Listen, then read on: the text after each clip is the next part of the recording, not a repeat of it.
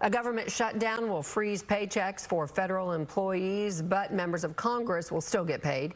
Here in North Texas, the pain would be felt across many work groups, including active duty military, air traffic controllers, and TSA agents. Fox 4's Lori Brown live in Dallas with more on this. Lori.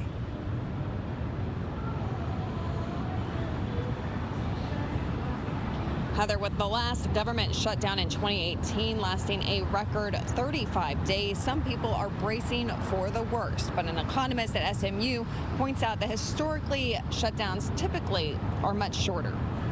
Ultimately, this is a failure of Congress, both parties, really, to do their jobs, which includes passing a budget on time every year. Dean Stansel is an economist at the SMU Cox School of Business. He says the looming shutdown would likely have a minimal impact on the economy.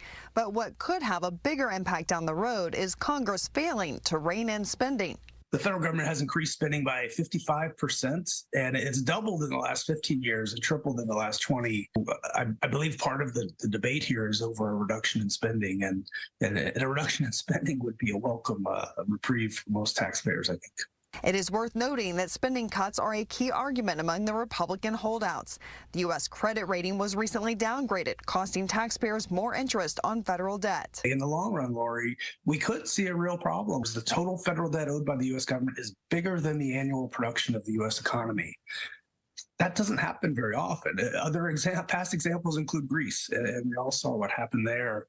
So we're on a negative, kind of unsustainable fiscal path. While Texas is no Washington, D.C., the state does have tens of thousands of federal employees. 114,000 active duty military personnel would not be paid until the shutdown ends. And Texas has over 4,700 TSA officers and over 1,200 air traffic controllers. That is stressful work already without the added stress of financial uncertainty if the shutdown lasts beyond their next pay period. In the 2018-2019 35-day government shutdown, some agents who couldn't pay for gas or childcare called in sick. We were there in 2019 as fellow Dallas Love Field employees who work for the city fired up the grill to make 200 lunches for unpaid employees. The Airline Pilots Association president, Captain Jason Ambrosi, said in a statement, "Our pilots depend on our partners at the FAA, especially the hardworking and dedicated air traffic controllers, to help safely shepherd us through the skies. Failing to fully fund the FAA puts the world's safest aviation system at risk." Stansel says the ultimate question is, should the government spend less or tax Americans more? The last thing we want to do is say, oh, okay, well, we've got these deficits, let's just raise taxes a little more. We really need, as a society, to kind of revisit the idea of what do we want government to do.